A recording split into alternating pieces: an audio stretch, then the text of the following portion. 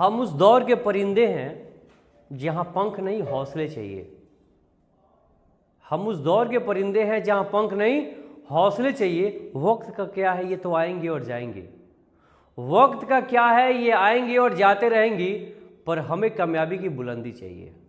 जी हाँ मेरे प्यारे साथियों, मैं आपका दोस्त आपका भाई संजीत आपको पढ़ाने वाला हूँ साइंस। और आज हम करने वाले हैं जैव प्रक्रम का लास्ट टॉपिक, लास्ट लेक्चर, जिसके अंदर हम लोग पढ़ने वाले हैं एक्सक्रीशन इन ह्यूमन, मतलब बोले तो निष्कासन मनुष्यों के अंदर। मानव में किस तरीके से निष्कासन होता है, किस तरीके से हम लोगों के अंदर एक्सक्रीशन होता है, इसको हम लोग देखने वाले हैं इस अमेजिंग, जबरदस्त, फैंटास्टिक, वंडरफुल सेशन के अंदर। मेरे प्यारे साथियों, मेरे प्यारे बच्चियों, मैं एक बार फिर आपसे रिक्वेस्ट करूंगा कि अगर अभी तक आपने इस चैनल को सब्सक्राइब नहीं किया है तो ज़रूर कर ले, क्योंकि ऐसे ज़बरदस्त जब भी लेक्चर आएंगे तो आपके पास सबसे पहले पहुंचेगा। नोटिफिकेशन की मदद से सबसे पहले हम आपसे मिल पाएंगे और आप देख पाएंगे एक बहुत ही ज़बरदस्त सेशन, एक ज़बरदस्त आपके अपनी फैमिली का, अपने घर का चैनल, जिसका नाम है Bihar scholars. Bihar scholars day by day आपके लिए बेहतर से बेहतर कंटेंट लाने की कोशिश कर रहा है। हमेशा हम इम्प्रूवमेंट में विश्वास रखते हैं, हम क्वालिटी में विश्वास रखते हैं।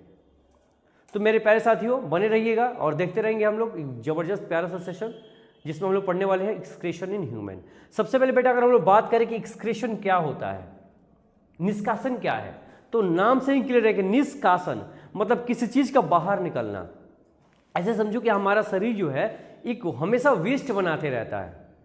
स्टार्टिंग में मैंने बताया था तुम्हें कि जब हम लोग खाना खाते हैं तो खाना खाने के बाद क्या होता है, वो डाइजेस्ट होता है। फिर क्या होता है कि डाइजेस्ट होने के बाद वो क्या होता है, दो पार्ट में बढ़ता है। एक डाइजेस्टेड होता है, मतलब एक जो है ना पचा हुआ खाना होता है, और दूसरा क्या होता है, अपशिष्ट होता है ना। तो ऐसे हमारा शरीर जो है, हमारी सेल जो है, कोशिकाएं जो है, लगातार मात्रा में, बहुत अधिक मात्रा में क्या करती हैं, अपशिष्ट बनाती हैं, वेस्ट मटेरियल को बनाती हैं। तो उन वेस्ट मटेरियल को हमारी बॉडी से निकालना क्या कहलाता है, निष्कासन कहलाता है।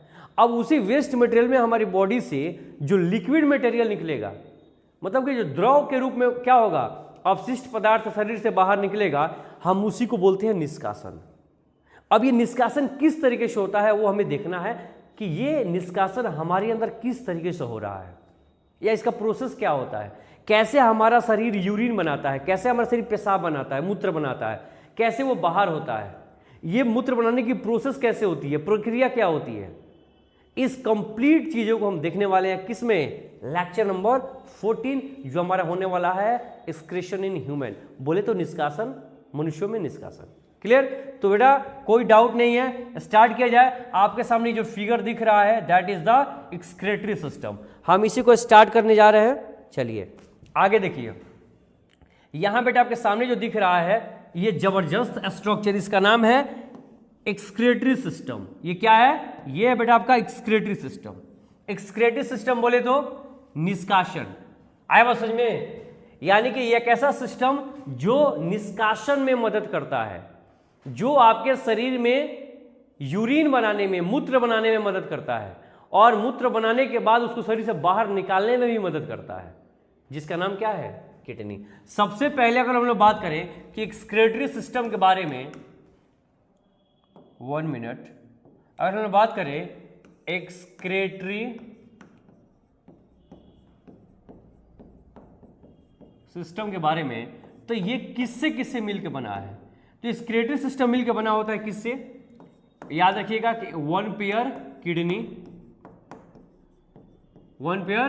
किडनी, इसके अंदर क्या होता है, 2 होते हैं, 2 पेयर कह सकते हो या 2 कह सकते हो कि 2 यूरेटर होते हैं। आया बात समझ में। इसके अलावा क्या होता है बेटा, एक यूरिनरी ब्लैडर होता है। क्या होता है, एक यूरिनरी ब्लैडर होता है। आया बात समझ में। फिर क्या होता है कि एक यूरेथ्रा होता है। आया बात समझ में। अब थोड़ा सा काम भी समझ लो, किडनी का काम क्या है, या खून को, रक्त को क्या करता है, साफ करता है, फिल्टर करता है। ठीक है। यूरेटर का काम क्या है,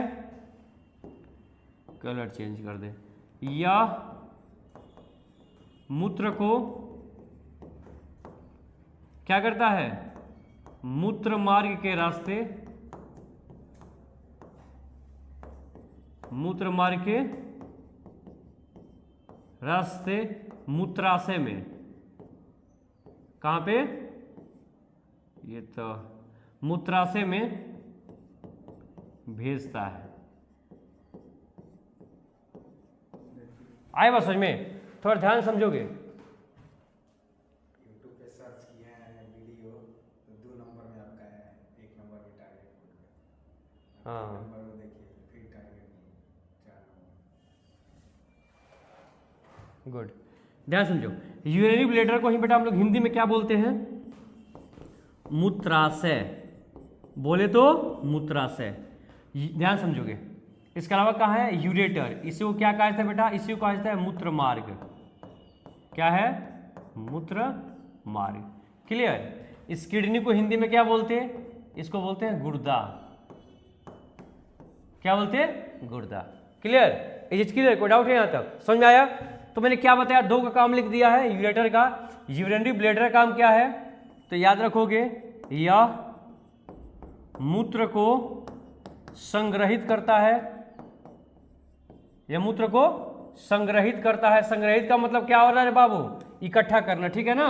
ये अपने अंदर इकट्ठा करेगा। इसमें लगभग इसकी कैपेसिटी कितनी होती है? 600 से लेकर के 800 ग्राम तक। याद रखोगे। जब इससे अधिक मूत्र क्या होगा? जब आपके यूरिनरी ब्लैडर के अंदर इकट्ठा हो जाएगा तो आपको वहां एब्डोमेन एरिया में पेन होगा, दर्द होगा कि अब ये क्या बोलेगा? ये साइन देगा कि अब इसको बाहर निकालो। यानी क्या करो? पूरे मूत्र को शरीर से रिमूव करो, बाहर निकालो। क्लियर? चलो आगे क्या बेटा? यूरेथ्रा। यही वह माध्यम है। क्या है? यही वो माध्यम है जिसे क्या होता है? मूत्र गुर्दा से, गुर्दा बोले तो किडनी से, गुर्दा से कहां जाता है बेटा? इसके अंदर, यानी कि मूत्राशय में। मूत्राशय, मूत्राशय में जाता है। क्लियर हो गया यहां तक? कोई डाउट नहीं है? एक बार फिर से समझ लो, मैं बता देता हूं कि आपका जो एक्सक्रीटरी सिस्टम है वो कितने चीजों से मिलकर बना हुआ है? 4 चीजों से। 1, 2, 3 और 4। सबसे पहले क्या है? एक पेयर किडनी है। किडनी का काम क्या है? तो यह खून को साफ करता है। क्लियर? दूसरा है क्या है कि 2 यूरेटर होते हैं। या मूत्र क्या होता है? सॉरी, यह मूत्र को मूत्र मार्ग के रास्ते मूत्राशय में भेजता है। कौन? मूत्र मार्ग। इसके अलावा कहां गया? यूरेटर, ठीक है, urethra. 1 minute, sorry for that. 1 minute बेटे, 1 मिनट। एक चीज़ यहाँ गलती हो गई है। माध्यम में जिससे मूत्र, गुर्दा नहीं ना, जिससे मूत्र 1 मिनट,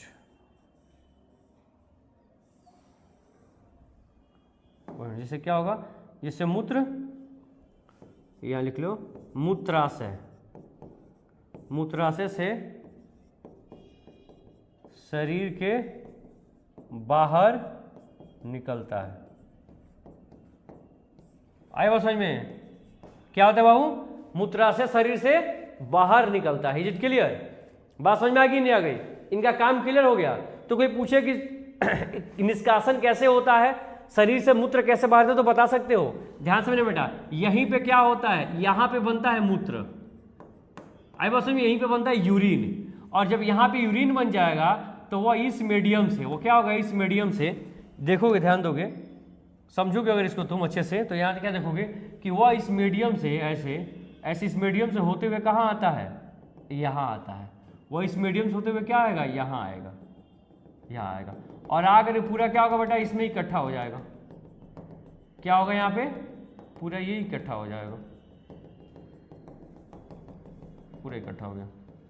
अब क्या होगा कि जब ये पूरा इकट्ठा होकर के इस लेवल पे आएगा, यानी कि इस लेवल तक आ जाएगा, यहाँ तक, तब इस कंडीशन में क्या होगा? दर्द स्टार्ट होता है एब्डोमेन एरिया में, दर्द होना शुरू हो जाता है। आई बात समझ में? दर्द होना क्या होगा? शुरू हो जाता है। ये सब क्या है बेटा? ये सब मूत्र है। अब नाउ द मैटर इज कि ये मूत्र जो है, यूरिन जो है, वो किस तरीके से यहाँ आया। उससे पहले हमें ये जानना है कि यहाँ पे मूत्र किस तरीके से बना। कैसे इसका फॉर्मेशन हुआ। कोई पूछे कि मूत्र क्या है, तो मूत्र में क्या होता है बेटा, इसमें क्या है, पानी है, लगभग 95% क्या होता है, पानी होता है, प्लस यूरिया होता है, क्या होता है, यूरिया होता है, प्लस 1 मिनट, यूरिया होता है, प्लस इसमें देखोगे तुम 1 मिनट, प्लस क्या होगा इसमें तुम देखोगे क्या होगा, पानी होगा, प्लस यूरिया होगा, प्लस क्या होगा, यूरिक एसिड होगा।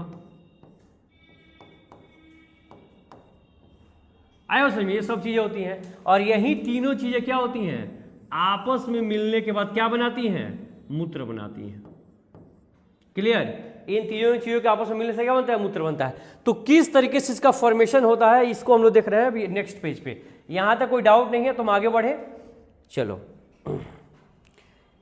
क्या कहता है सुन लो, निष्कासन की परिभाषा थोड़ा सा सुन लो, फिर हम लोग आगे बढ़ेंगे बेटा। कि शरीर में होने वाली जैव रासायनिक क्रियाएं, हमारे शरीर में, तुम्हारे शरीर में रोज नई क्या हो रही है, रासायनिक क्रियाएं हो रही हैं।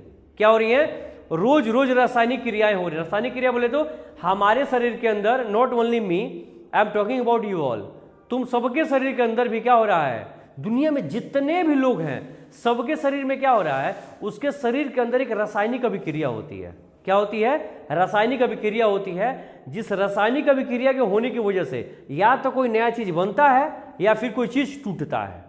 तो वैसे रासायनिक अभिक्रिया को हम लोग क्या बोलते हैं, उसको बोलते हैं जैव रासायनिक क्रियाएं, जिसको इंग्लिश में मेटाबॉलिज्म कहा जाता है।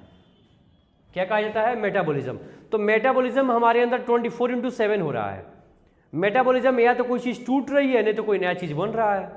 तो ऐसी जब प्रक्रियाएं हमारे अंदर होती हैं, लगातार होती हैं, तो उस कंडीशन में क्या होता है कि हमारा शरीर कुछ हानिकारक अपशिष्ट पदार्थ को भी तैयार करता है।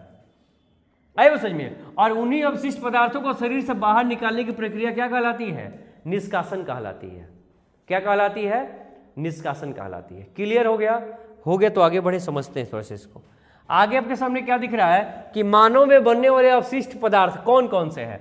तो ध्यान समझना बेटा, मानव में जो बनने वाले अपशिष्ट पदार्थ है वो कौन है, वो यूरिया है, वो कौन है, यूरिक अम्ल है, और कौन है, क्रिएटिनिन है, और कौन है, अतिरिक्त जल और लवण है, उसके बाद कौन है, कार्बन डाइऑक्साइड है। मेरी बात को ध्यान समझना कि बेटा जब प्रोटीन का डाइजेशन होता है, क्या होता है, जब प्रोटीन का डाइजेशन होता है या जब क्रिएटिनिन का डाइजेशन होता है, ध्यान समझना, यूरिया, एक मिनट इधर लिखते हैं, देखो इधर, यूरिया और क्रिएटिन ये दोनों कब बनते हैं, जब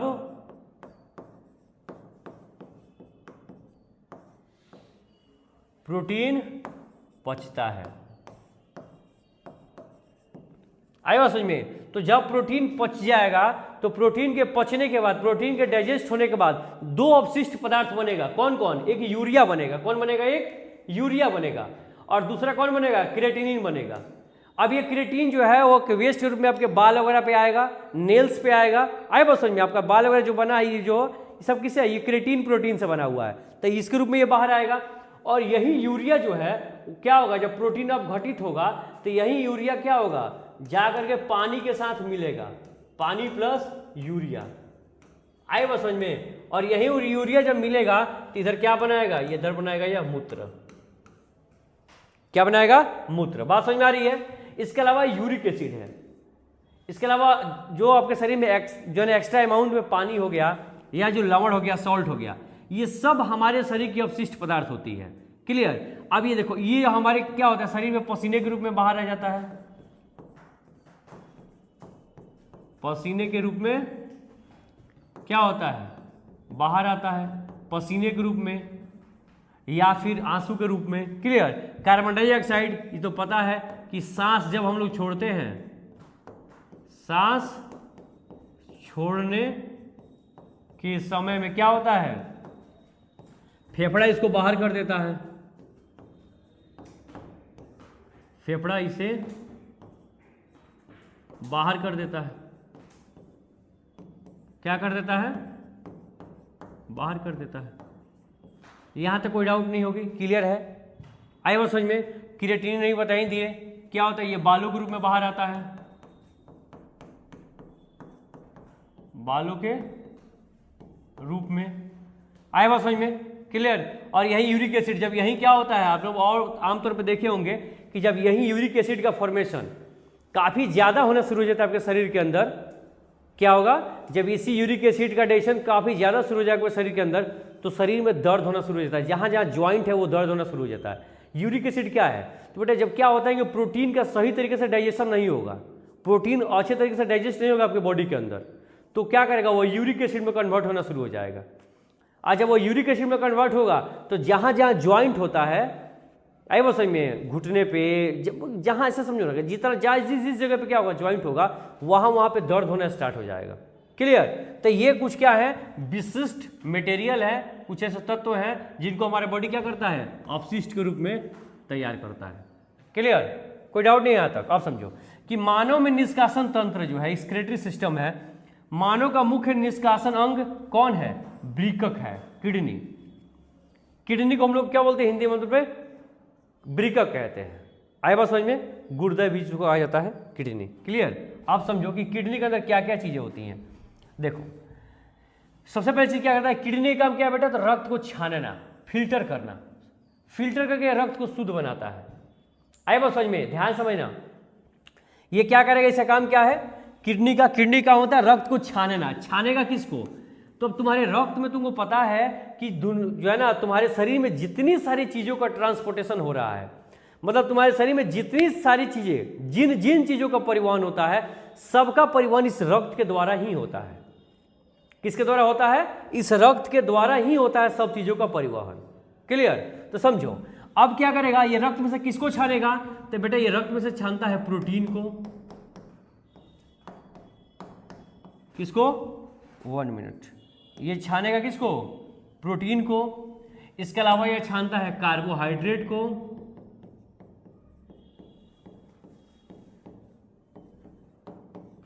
किसको, कार्बोहाइड्रेट को। इसके अलावा ये किसको छानेगा, फैट को, वसा को।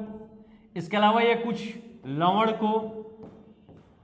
बात समझ आ रही कि नहीं आ रही है, इन सबको क्या करेगा, ये छानेगा। साथ ही साथ कुछ जल को भी आज छान के क्या करेगा, फिर से वापस रक्त में भेजता है। ये काम किसका है, ये काम किडनी का है। क्लियर। अब देखो मूत्रवाहिनी, यूरेटर, ये क्या करेगा, मूत्र को मूत्राशय तक लेके जाता है। मैंने फर्स्ट पेज पे ही लिख दिया था सारा। यूरिनरी ब्लैडर क्या होता है, मूत्राशय क्या होता है, तब मूत्र को संचित करता है, जो अपने अंदर मूत्र को इकट्ठा करता है। मूत्र मार्ग क्या होता है, मूत्र को बाहर निकालने का रास्ता।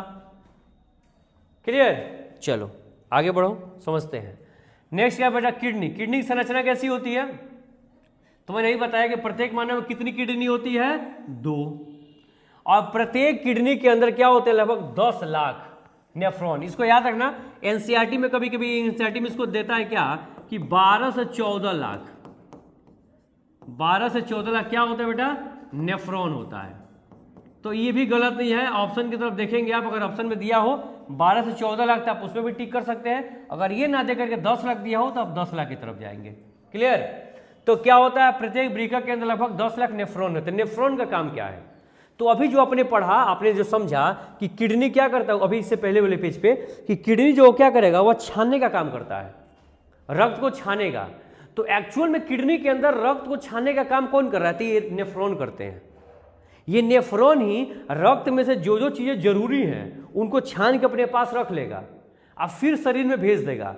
और जिनकी जरूरत नहीं है, जहां लग रहा है इस नेफ्रॉन को कि भाई ये तो वेस्ट मटेरियल है, तो नेफ्रॉन क्या करेगा, उसको आगे की तरफ ढकेल देगा कि तुम आगे जाओ। अब वही सब चीज़ें पानी में मिक्स होकर क्या बनेंगी, यूरिन बनेंगी, मूत्र बनेगा, उससे वही मूत्र क्या होगा, शरीर से बाहर आएगा। तो मेन फिल्टर यूनिट जो होता है किडनी के अंदर, वो कौन है, यही है नेफ्रॉन। याद रखिएगा, कोई पूछे कि नेफ्रॉन क्या है तो बता दीजिएगा, यह किडनी में मुख्य, या किडनी में क्या होता है बेटा, मुख्य, बोलो, फिल्टर, मुख्य फिल्टर पार्ट या अंग कह सकते हैं, या अंग होता है। क्यों, क्योंकि किडनी जो है वह इसी की मदद से क्या करती है, चीजों को छान करके बाहर निकालती है। क्लियर। आगे आइए, नेफ्रॉन वृक्क की संरचनात्मक एवं क्रियात्मक इकाई है। मैंने ही बताया ना कि नेफ्रॉन क्या है, किडनी की एक संरचनात्मक और क्रियात्मक, मतलब जितनी भी क्रियाएं कर पाता है किडनी जितना क्रिया कर पाएगा उन सारे क्रियाओं का जन्मदाता कौन है? नेफ्रॉन है। मतलब कि किडनी बॉस है और उसका एक राइट हैंड कौन है? नेफ्रॉन है, जो चीजों को छान करके क्या करता है? बाहर निकालता है और अवशिष्ट चीजों को एक साइड करता है और इसेंशियल चीजों को, जरूरत वाली चीजों को एक साइड करता है। तो नेफ्रॉन का रोल बहुत बड़ा है। अभी हम लोग पढ़ेंगे भी आगे कि किस तरीके से नेफ्रॉन क्या करता है? चीजों को छानता है, फिल्टर करता है। चलो अब आ गया बेटा सामने तुम्हारा क्या? नेफ्रॉन। कौन आ गया सामने? नेफ्रॉन। क्लियर? अब आप देखेंगे मैंने क्या बताया कि इस तरीके से ये जैसा नेफ्रॉन दिख रहा है ना, ये एक नेफ्रॉन का स्ट्रक्चर है। ऐसे लगभग 10 से 14 लाख प्रकार के क्या हैं, तो प्रकार के नहीं कह सकते आप, 10 से लगभग 14 लाख नेफ्रॉन होते हैं एक किडनी में। तो आपके पास किडनी की संख्या कितनी है? 2। तो मल्टीप्लाई कर लो, 10 × 2 यानी लगभग 20 लाख। अप्रॉक्स नहीं, मोर देन 20 लाख। याद रखना कि क्या होता है? नेफ्रॉन होता है। हम तो एक स्ट्रक्चर को लेकर के हैं ताकि आपको समझा सके। अब ये 20 लाख तो नहीं ला करके पढ़ाएंगे। तो एक नेफ्रॉन के अंदर क्या होगा? जो प्रक्रिया होगी वही सेम प्रक्रिया पूरे 20 लाख नेफ्रॉन के अंदर होगी। क्लियर? समझो। तो बेटा ये जो नेफ्रॉन दिख रहा है, इसका एक चीज यहाँ छूट गया, इसको बोलते हैं बेटा बोमेन्स कैप्सूल। बोमेन्स कैप्सूल, इसको हिंदी भी लिख देते हैं बाउमैन कैप्सूल। तुम लोग देख लेना कि इसका एग्जैक्ट हिंदी क्या होगा। ठीक है, ये द पॉल। क्लियर? आप समझो ध्यान से। आप समझो इसके अंदर क्या होता है। आप समझो ये, एक मिनट, इसको हम इधर लिख दें क्या? एक मिनट, इसको लाओ हम यहाँ इधर लिख देते हैं। यहाँ इसको बोलते हैं बेटा, ये जो स्ट्रक्चर दिख रहा है ना, इस स्ट्रक्चर को हम लोग क्या बोलते हैं? इसी को बोलते हैं बोमेन कैप्सूल। ठीक है, बोमेन कैप्सूल कहते हैं। और जो बीच में दिख रहा है ये गोल गोल सा, ये ऐसे, ये बीच वाला, इसको क्या बोला जाता है? इसी को कहा जाता है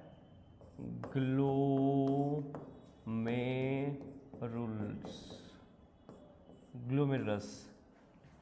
आया वो समझिए क्या बोलते हैं इसको? ग्लोमेरुलस कहा जाता है। यहाँ पे लिखा भी हुआ है, देखिए आप यहाँ देखिए ना, समझिए यहाँ देखिए, यहाँ लिखा भी है। नेफ्रॉन की संरचना में क्या होगा? बोमेन कैप्सूल होगा, ग्लोमेरुलस होगा और नलिकाएं होंगी, ट्यूब्यूल्स होगा। आया वो समझ में? ध्यान समझोगे क्या होगा? ट्यूब्यूल्स होगा।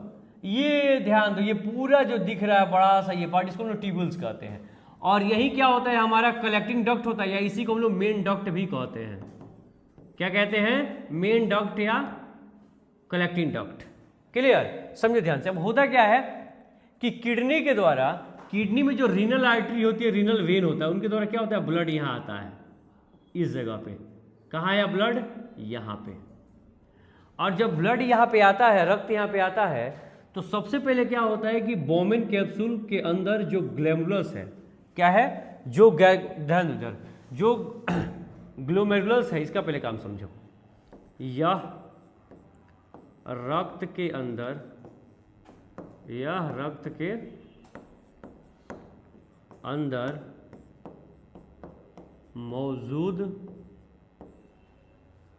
मौजूद क्या? प्रोटीन, कार्बोहाइड्रेट,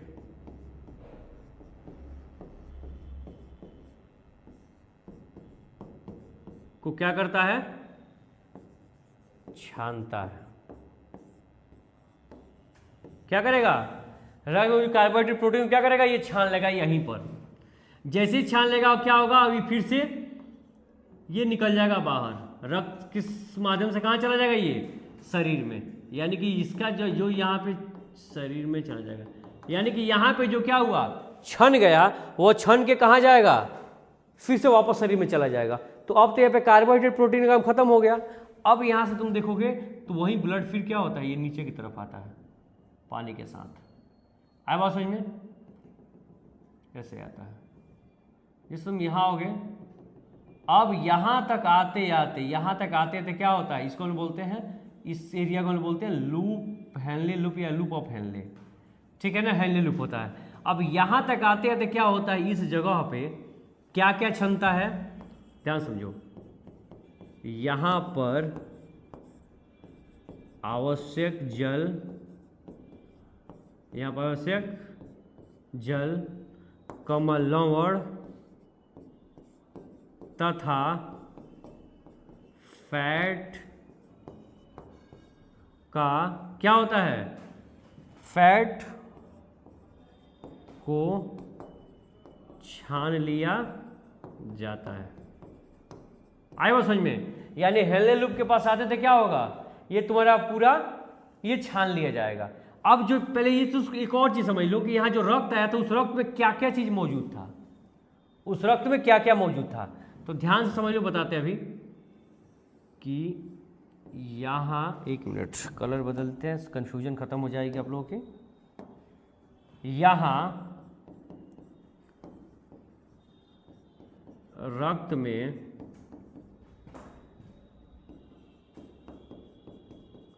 प्रोटीन, कार्बोहाइड्रेट,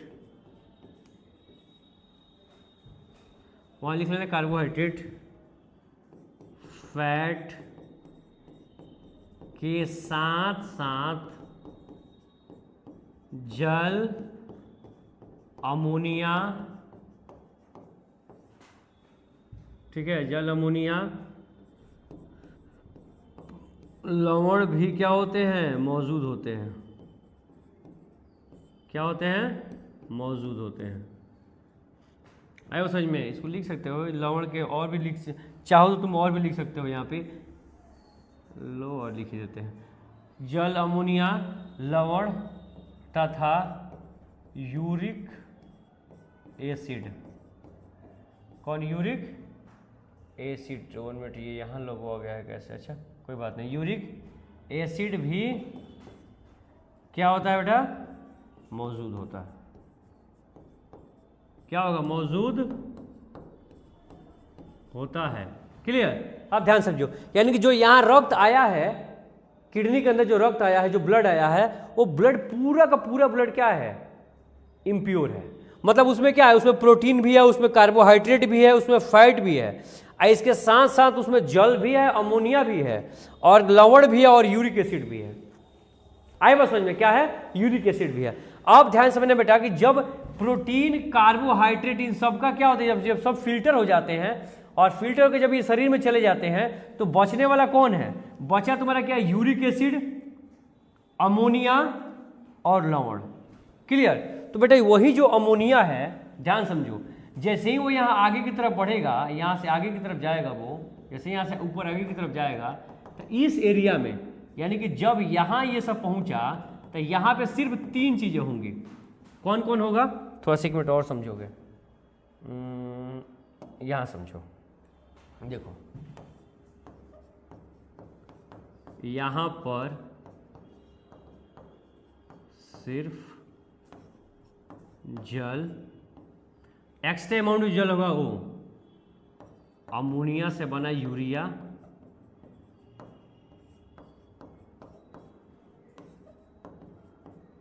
से बना यूरिया तथा कौन, बोलो, यूरिक एसिड, तथा यूरिक एसिड मौजूद रहता है। तथा यूरिक एसिड क्या होगा, मौजूद रहेगा। यहाँ पे जाते जाते, इससे यहाँ पे जाते जाते, क्यों, क्योंकि ध्यान समझोगे, मैंने भी क्या बताया कि रक्त के साथ सारी इम्प्योरिटी जाएंगी, सारा अपशिष्ट पदार्थ आएगा। अपशिष्ट मतलब जितने भी शरीर की जो न्यूट्रिएंट है सब उस ब्लड में मिक्स है, उस रक्त में मिक्स है, मिक्स और कहाँ पे वो इंटर करेंगे, बोमेन कैप्सूल के अंदर। क्लियर, ध्यान समझोगे, जैसे वो बोमेन कैप्सूल के अंदर इंटर करेगा तो इस बोमेन कैप्सूल के अंदर क्या है, एक ग्लोमेरुलस नाम का स्ट्रक्चर है। अब ये ग्लोमेरुलस क्या करेगा, सबसे पहले ध्यान दोगे तो ग्लोमेरुलस क्या करेगा, यह रक्त के अंदर मौजूद प्रोटीन को, कार्बोहाइड्रेट को क्या करेगा, ये इनके अंदर मौजूद रक्त को, प्रोटीन को, कार्बोहाइड्रेट को क्या करेगा, छान लेगा। छानने के बाद इनको शरीर के बाकी जो है ना फिर वापस शरीर में भेज देगा। उसके बाद जो रक्त इधर आ रहा है, यह रक्त के अंदर क्या है, इस रक्त में यहाँ पे आओगे तो यहाँ पे क्या है, इसमें आवश्यक जल है, लवण है, फैट है, आए वो समझ में। इसके साथ फैट के साथ याद रखना इसके अंदर और क्या होता है, अमोनिया भी होता है। तो इन सब चीज़ों को क्या किया जाएगा, छान लिया जाएगा। अब बचा जो अमोनिया बचा, तो यह अमोनिया यहाँ से यहाँ आते आते वो किस में कन्वर्ट हो जाता है, अमोनिया किस में कन्वर्ट हो जाता है, यूरिया में। आपको पता है कि अमोनिया का क्या होता है, NH4 होता है ना, NH4। ये NH4 क्या होगा, ये NH4 क्या होगा, कन्वर्ट हो जाएगा, किस में कन्वर्ट होगा, तो यही बेटा कन्वर्ट होता है यूरिया के अंदर। आया समझ में, ये यूरिया में बदल जाएगा। अब यही यूरिया जो होगा, ये यूरिया यहाँ से आते हुए यहाँ पे मिक्स हुआ है किसके साथ, किसके साथ, जल के साथ। तो जल अमोनियम से बना क्या, यूरिया और यूरिक एसिड, ये सब मौजूद होते हैं। उसके बाद क्या होगा कि अब यहाँ पे ये यहाँ पे आते आते इनका केस में ये बदल गए हैं, ये बदल गए हैं तुम्हारे मूत्र में। आए बात समझ में, मतलब यूरिन में कन्वर्ट हो गए हैं। और फिर वही यूरिन जो है आकर के इधर मेन डक्ट के अंदर इकट्ठा हो जाता है। कहाँ इकट्ठा हो जाएगा, मेन डक्ट में इकट्ठा हो जाएगा, मेन डक्ट। आई मेन डक्ट ठीक नीचे देखोगे यहाँ पे, तो ऐसे में ऐसे इस तरीके का एक स्ट्रक्चर होगा, आए बात समझ में, जिसका नाम क्या है, इसी का नाम है मूत्राशय। क्या है, मूत्राशय। अब सारा जितना भी मूत्र है वो सब आगे क्या होगा, इसके अंदर इकट्ठा हो जाएगा। और इसी में आगे तुम देखोगे अभी जो दिखाया मैंने स्ट्रक्चर, कि यहीं पे क्या लगा होता है, यहीं पे यूरेथ्रा लगा होता है, यहाँ पे क्या लगा होता है, यूरेथ्रा लगा होता है, जिससे वो पूरा मूत्र क्या होगा, शरीर से बाहर निकल जाएगा। तो कुछ इस तरीके से प्रोसेस होता है आपके शरीर के अंदर, किसका, निष्कासन का। क्लियर। अगर कोई डाउट है तो एक बार फिर से समझ लो, मैं बता देता हूँ। मैंने क्या कहा कि that is the structure of nephron. ये किसका स्ट्रक्चर है, नेफ्रॉन का स्ट्रक्चर है। नेफ्रॉन क्या होता है, तो यह किसी भी किडनी का, ये किडनी के अंदर एक क्रियात्मक और संरचनात्मक इकाई होती है। मतलब कि किडनी के अंदर जो भी काम वगैरह होगा सब यही करेगा। इसमें क्या होगा, सबसे पहले एक बोमेन कैप्सूल होता है, मतलब देखोगे ना तो नेफ्रॉन में से सी टाइप का जो स्ट्रक्चर होता है उसी को बोमेन कैप्सूल कहते हैं। अब क्या होता है कि उसी बोमेन कैप्सूल में छोटे छोटे कणों की तरह ग्लोमेरुलस होते हैं। ग्लोमेरुलस का काम क्या है, तो ये तुम्हारे शरीर के अंदर रक्त को फिल्टर करने का काम करता है। आए वो समझ में, ये किडनी में क्या करेगा, किडनी में नेफ्रॉन के अंदर ये रक्त को, ब्लड को छानने का काम करेगा। उसमें से किसको निकालेगा ये बाहर, तो उसमें से ये निकाल लेता है बाहर प्रोटीन को, कार्बोहाइड्रेट को। जब बाहर निकाल दिया तो यहाँ पे जो ब्लड है, उस ब्लड में कौन कौन मौजूद है, जल है, लवण है, फैट है, अमोनियम है, ये सब है। जैसे ही ये सब यहाँ से यहाँ हेलने लूप के पास आते हैं, तो हेलने लूप के पास जो एक्स्ट्रा जल होता है उसको अवशोषित कर लिया जाता है। साथ ही यहाँ पे फैट को भी क्या कर लिया जाएगा, अवशोषित कर लिया जाएगा। इसके अलावा तुम देखोगे तो इसके अंदर जो सॉल्ट है, जो नमक है, कुछ उसको भी रख लिया जाएगा। जो अपशिष्ट नमक होगा और उसको क्या करेगा, ये नेफ्रॉन आगे की तरफ भेज देगा। नेफ्रॉन का जो ट्यूब्यूल है, नलिकाएं हैं, इसको हम लोग ट्यूब्यूल कहते हैं, नलिका कहते हैं, ये क्या करेगा, उसको आगे की तरफ भेज देगा। अब यहाँ से आगे आते आते जब वैसे ही यहाँ पे पहुँचेंगे, इस जगह पे पहुँचेंगे, इस प्लेस पे पहुँचेंगे, तो यहाँ पे उसके अंदर सिर्फ क्या होगा, जो जन आवश्यकता से अधिक जल है वो होगा। इसके अलावा जो अमोनिया कन्वर्ट हुआ है यूरिया में वो होगा, और साथ में यूरिक एसिड होगा। ये तीनों चीज़ें यहाँ तक आते थे क्या बनती है, कंप्लीट मूत्र के रूप में कन्वर्ट हो जाती हैं। और वही क्या होता है, इस मेन डक्ट से होते हुए आकर के मूत्राशय में इकट्ठा होना शुरू हो जाता है। और जब यही मूत्राशय जब भर जाएगा तो इस मूत्राशय का मुंह क्या होगा, खुल जाएगा। यूरेथ्रा की मदद से क्या होगा, सारा यूरिन शरीर से बाहर हो जाएगा। इस तरीके से क्या होता है, निष्कासन की प्रक्रिया बेटा होते रहती है आपके अंदर 24/7। क्लियर। अब देखोगे तुम, यहाँ देखोगे कि एक नेफ्रॉन यहाँ अटैच है, तो एक यहाँ अटैच होगा, एक यहाँ होगा, एक यहाँ होगा, ऐसे बहुत सारे। ऐसे देखो दूसरे साइड से भी क्या होगा, ऐसे नेफ्रॉन, इसमें बहुत सारे नेफ्रॉन अटैच होंगे। मैंने ये बताया ना कि एक किडनी में लगभग 10 से 14 लाख प्रकार के नेफ्रॉन, तो 2 किडनी में मल्टीप्लाई कर लो, देख लो कितना अधिक संख्या होता है नेफ्रॉन का। और हर एक नेफ्रॉन का यही काम है जो आपको यहाँ पे दिखाई दे रहा है। क्लियर। तो आगे बढ़ते हैं। नेक्स्ट क्या कहता है समझ लो, कि मूत्र निर्माण बेटा 3 चरण में होता है। क्या होता है, 3 चरण। कौन कौन, एक होता है अल्ट्रा फिल्ट्रेशन, आया समझ में, एक क्या होता है सिलेक्टिव रीअब्जॉर्प्शन, और एक होता है सिक्रेशन। आया समझ में, समझो। सबसे पहले क्या होगा, अल्ट्रा फिल्ट्रेशन, क्या बोलते हैं हिंदी में, अल्ट्रा निस्यंदन। इसमें क्या होता है कि ग्लोमेरुलस में से रक्त क्या होता है, छाना जाता है।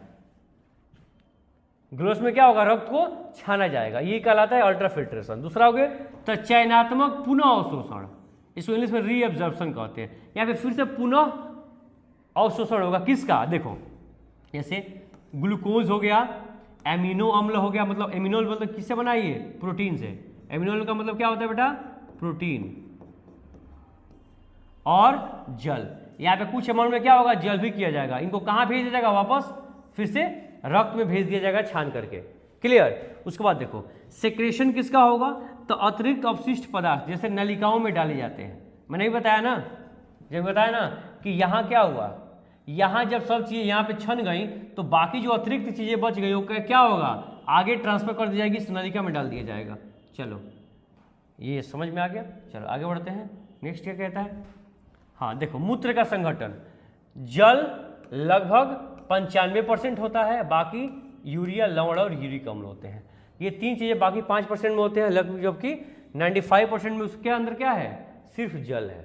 जल में इनके मिलने की वजह से, जब जल में यूरिया मिल गया, जब जल में लवण मिल गया, सॉल्ट मिल गया, और जब जल में क्या हो गया, यूरिक अम्ल मिल गया, तो बन गया वही, तो बन गया यूरिन, मूत्र, पेशाब। क्लियर। आगे बढ़ो, नेक्स्ट समझो क्या कहता है कि अन्य निष्कासन अंग, हमारे फेफड़े क्या करते हैं, CO2 और जलवाष्प को निकालते हैं। त्वचा से क्या होता है, पसीने के रूप में जल और लवण बाहर निकलता है। यकृत, लीवर क्या करता है, तो अमोनिया को यूरिया में बदलता है। मतलब ध्यान समझो बेटा, जो अमोनिया आया है, इस अमोनिया को यूरिया में बदलने की शुरुआत कहां से हो गई है, लीवर से। आया वो समझ में। और अमोनिया से लीवर बनाने की शुरुआत, सॉरी, अमोनिया से यूरिया बनाने की शुरुआत कौन कर दिया है, लीवर। और वह तुम्हारे क्या होगा, आते आते ट्यूब्यूल के अंदर, यानी किडनी के अंदर जो नेफ्रॉन का ट्यूब्यूल है, उस ट्यूब्यूल में आते आते वो कंप्लीट तरीके से यूरिया में कन्वर्ट हो चुका रहता है, और तब जाकर के वही यूरिया बनाता है यूरिन, पेशाब। और फिर उस पेशाब को हम अपनी बॉडी से नहीं निकाले तो हमारे पूरे शरीर में जहर फैल जाएगा, टॉक्सिन भर जाएगा। आए बस समझ में। बहुत बार आप देखेंगे जब इसी चीज़ को, इसी यूरिया को जब हम क्या करते हैं, शरीर से बाहर नहीं निकालते हैं, बहुत लोग ऐसे होते हैं जो किसी किसी सिचुएशन में जाने के बाद, कोई कुछ और है क्या हो, पहले मैं इसको बता दूं, समझ लो, देखो समझ लो। बहुत बार ऐसा होता है कि बहुत लोग क्या होते हैं, शर्म के मारे कहीं बैठे हुए हैं, अगर पेशाब वगैरह उनको लग गया तो वो लोग क्या होते हैं, उठ करके नहीं जाते हैं, उनको लगता है कि शर्म आएगी। जबकि बेटा इसमें शर्माने की कोई ज़रूरत नहीं है।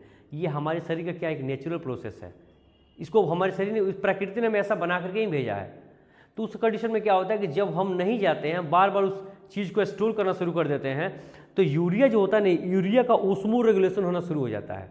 मतलब कि जो उस पेशाब के अंदर यूरिया है, तो प्रेशर पड़ने की वजह से वहीं यूरिया क्या होता है, कन्वर्ट होना शुरू हो जाता है सॉलिड में। आए वो समझ में। तो वहीं जब यूरिया सॉलिड में कन्वर्ट होना शुरू होगा तो वहीं आगे चले क्या बनाता है, स्टोन बना लेता है। और वहीं स्टोन जब किडनी के अंदर चला जाता है, यानी कि ऊपर की तरफ उठते चला जाएगा, जाके जब किडनी में बैठ जाएगा तो लोग बोलते हैं कि किडनी में स्टोन हो गया है। तो उस स्टोन का मतलब कोई पत्थर नहीं है, स्टोन का मतलब क्या है, वही जो यूरिया है वो क्या हुआ है, सॉलिड कन्वर्ट हो गया है, और क्या बन गया, स्टोन बन गया। बात समझ कि नहीं, जो स्टोन आपको पता ही कितना खतरनाक होता है। तो क्लियर, ध्यान समझो क्या है कि निष्कासन का महत्व क्या है, तो शरीर में विषैले पदार्थ शरीर से बाहर निकल जाते हैं, जल और लवण का संतुलन बना रहता है, और शरीर हमेशा क्या रहेगा, स्वस्थ रहेगा। तो बेटा अभी इसी के साथ आपका ये लेक्चर हो गया खत्म, और हम लोग का ये चैप्टर जीव प्रक्रम हो गया पूरी तरीके से फिनिश। अगर आपको कहीं भी किसी भी टॉपिक में डाउट है तो आप कमेंट बॉक्स के अंदर अपना कमेंट जरूर लिखिए। हमारी पूरी टीम दिन रात आपके लिए लगी हुई है।